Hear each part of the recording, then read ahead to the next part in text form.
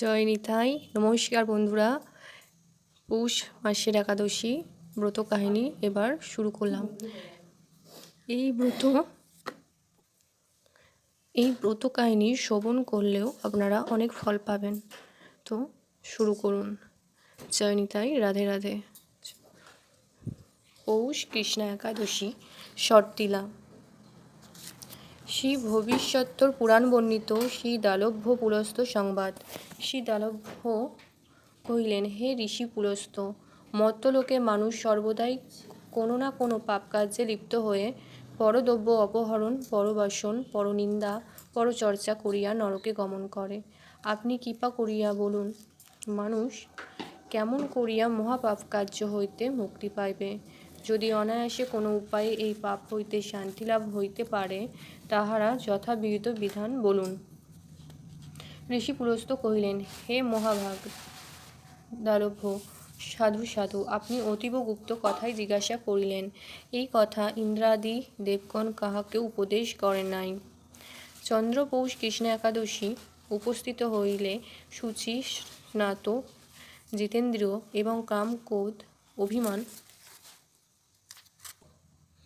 ঈর্ষা, লোভাদি দোষ রহিত হইয়া দেবহরির অর্চনা করিবে। হাঁচি বা হাই তোলার সময় শ্রীকৃষ্ণ নাম করিবে। রাত্রি জাগরণ করিয়া গদাধরের উদ্দেশ্যে যথাযোগ্য হোম অর্চনা করিবে। চন্দন, অগুরু, কর্পূর ও নৈবেদ্যাদি নিবেদন করিবে। নারকেল ও সুপুরি দ্বারা অর্ঘ্য দান করিয়া মন্ত্র উচ্চারণ করিবে। কৃষ্ণ কৃষ্ণ কৃপালোত্তমগতি নাং গ্রতিপদ সংসারণ বমগানং প্রসিদ রমেশ্বর। নমস্তে পুণ্ডরীকাক্ষ, নমস্তে বিশ্বভাবন সুব্রহ্মণ, নমস্তে হস্তু মহাপুরুষ পূর্বজ গৃহনাঘং মায়াদত্তং লক্ষাসহ জগৎপতে। এই ব্রতে যথাশক্তি সৎপ্রকার শ্বেত বা কৃষ্ণ তিল দান অবশ্য কর্তব্য। ইহার ফল 10 সহস্র বৎসর স্বর্গবাস এবং দারিদ্র দুঃখনাশ এবং সমস্ত পাপ শান্তি হয়। এই কাহিনী শ্রবণ করিয়াও নারদ কহিলেন, হে কৃষ্ণ, এই শর্তিলা একাদশীর ফলপ্রাপ্তির কোনো উপাখ্যান থাকিলে কৃপা করিয়া বলুন। কৃষ্ণ কহিলেন, হে ঋষিবর, এই একাদশী সৎতিল দানের নিমিত্ত বিখ্যাত। যথা তিল দ্বারা স্নান, তিল তৈল মর্দন, তিল হোম, তিল জলে স্নান, তিল ভোজন, তিল দান।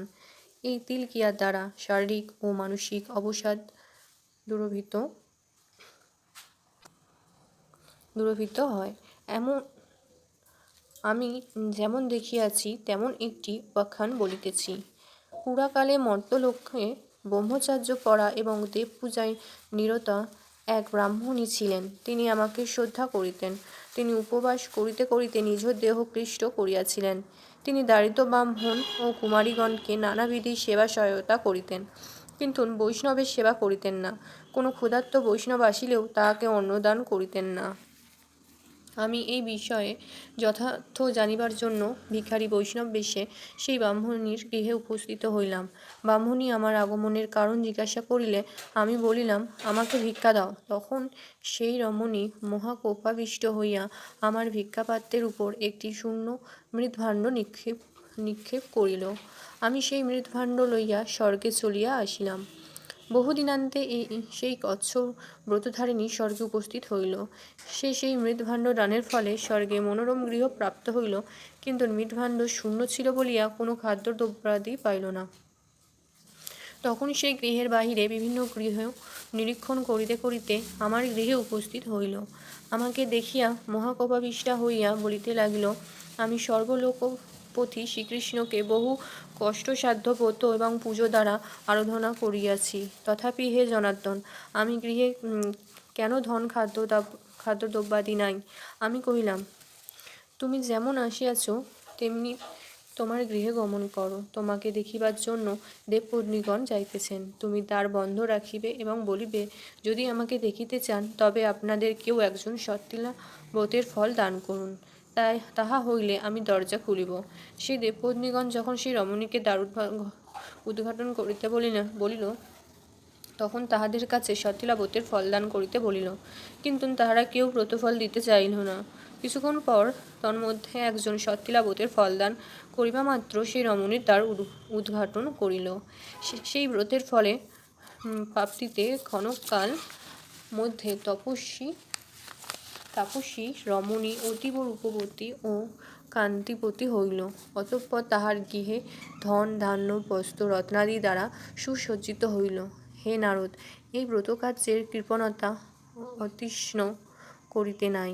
যথাসিদ্ধ তিল ও ভোগাদি নিবেদন করা কর্তব্য। সম্যক বিধানে তিলদান